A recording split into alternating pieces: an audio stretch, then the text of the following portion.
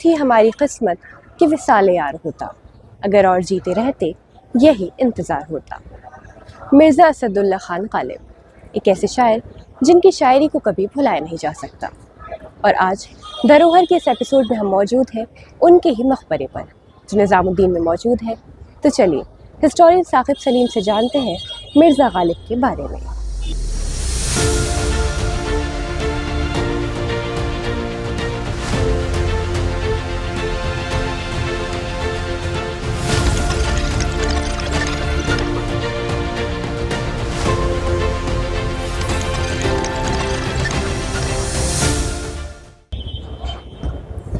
जैसे हम देखते हैं हमारे सामने मिर्ज़ा गालिब की कब्र मौजूद है, तो मैं आपसे, सब जानते हैं कि वो बहुत बड़े शायर थे, पर फिर भी मैं आपसे उनके बारे में एक इंट्रोडक्शन जानना चाहूँगी। देखिए, इतना तो कोई कहने की बात ही नहीं है। मिर्ज़ा गालिब शायद हिंदुस्तान के सबसे मशहूर शायर किसी भी ज़बान में अगर देखा जाए तो हैं।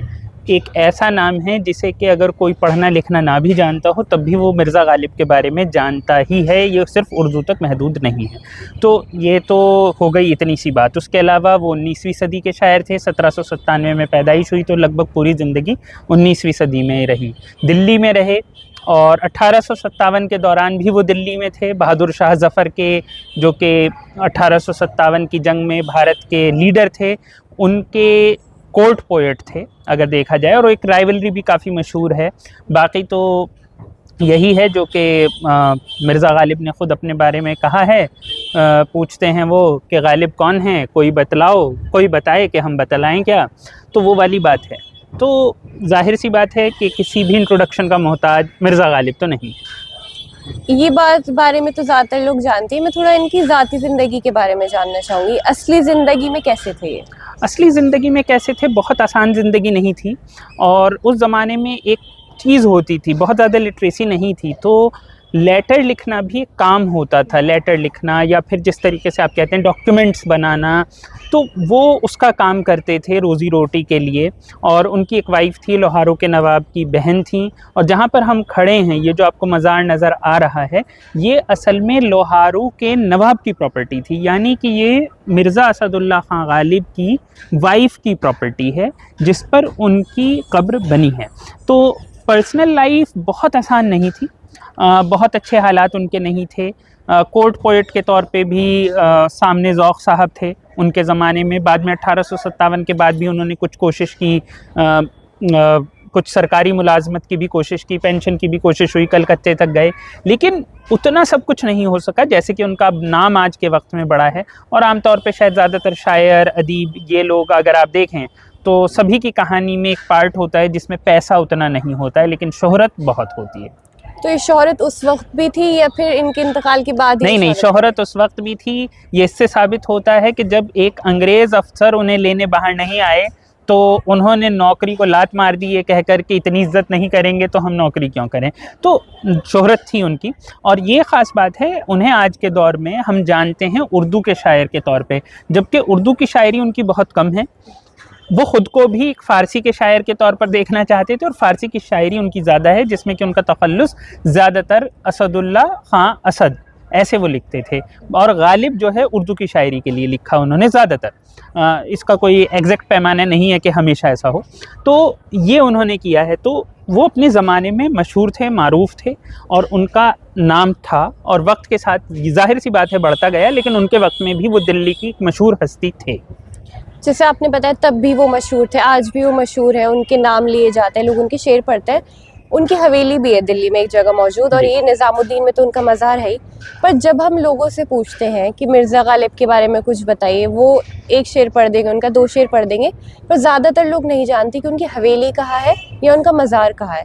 तो इस बारे में आपको क्या लगता है, इतने बड़े शायर होने के बाद भी ये चीज़? मुझे लगता है हवेली का तो फिर भी पता है। हवेली को लेकर काफ़ी ख़ास तौर पे सोशल मीडिया पर रील्स बनती रहती हैं, लेकिन मज़ार का बहुत कम लोगों को पता है। और ये निज़ामुद्दीन बस्ती के उस इलाके में है जहाँ पे बहुत बड़े बड़े लोगों के आपको कब्र देखने को मिलती हैं। हज़रत निज़ामुद्दीन औलिया के साथ अमीर खुसरो हैं, रहीम खान खाना हैं, आपको हुमायूं का मकबरा पास में नज़र आता है।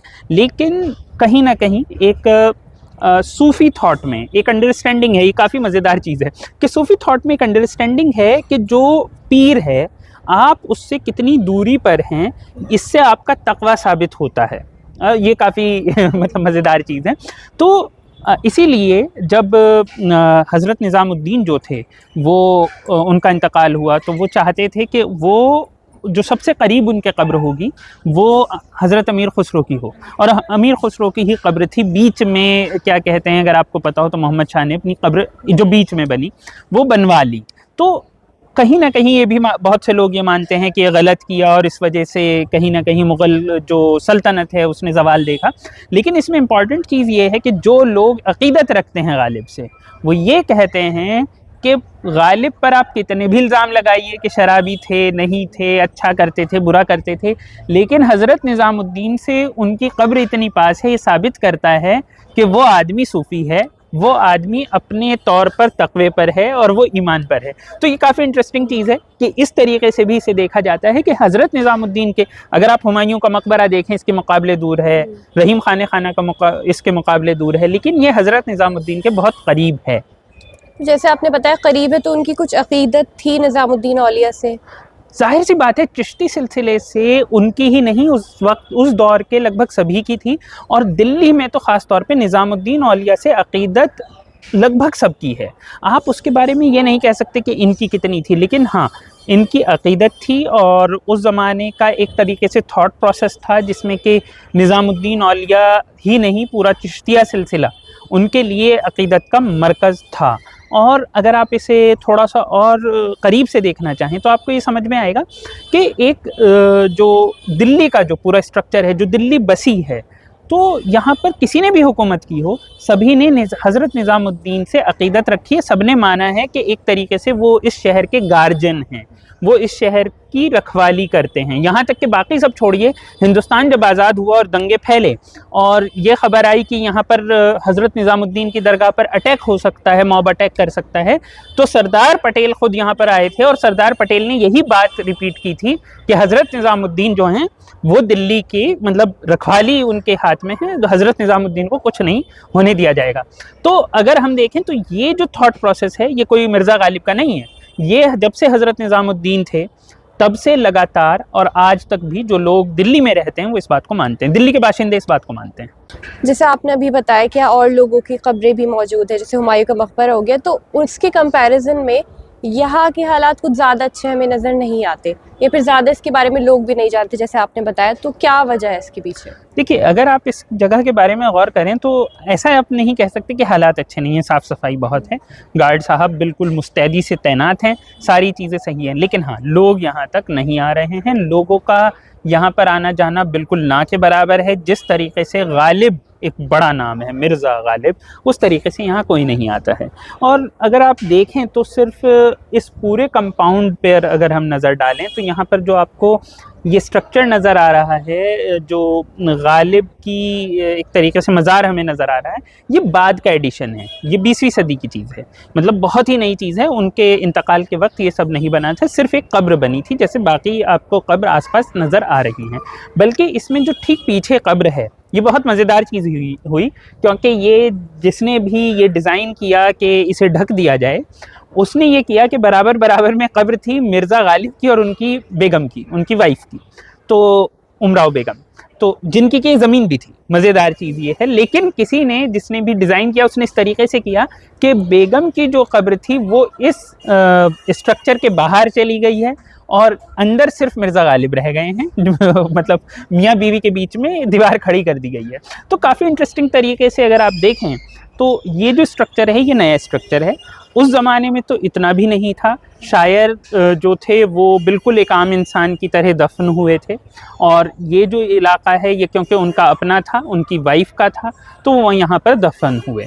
और पीछे जो इनकी वाइफ की कब्र है उसके साथ अगर आप देखेंगे तो वहाँ पर आपको सागर निज़ामी की भी कब्र दिखाई देती है, जो कि एक और मतलब बहुत ही मशहूर राइटर भी हैं, तो आप उन्हें देख सकते हैं। तो अगर आप इस जगह पर गौर करें तो आप यहाँ पर धागे भी देख सकते हैं। कुछ लोग मन्नत मांगते हैं लेकिन कुछ ही लोग मानते हैं।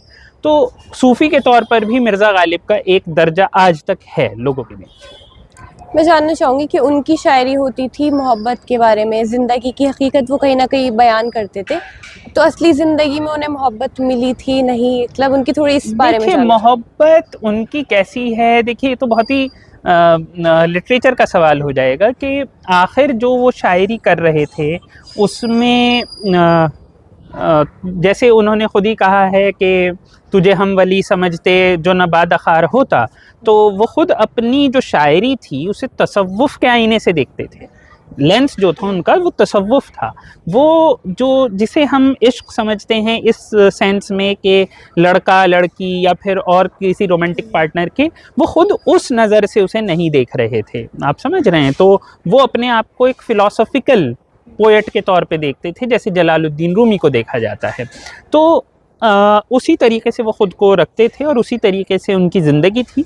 और अगर आप उनकी ज़िंदगी की बात करें तो अब ये कहना तो मुश्किल है कि अगर वो अल्लाह को तलाश कर रहे थे तो अल्लाह उन्हें मिला या नहीं मिला।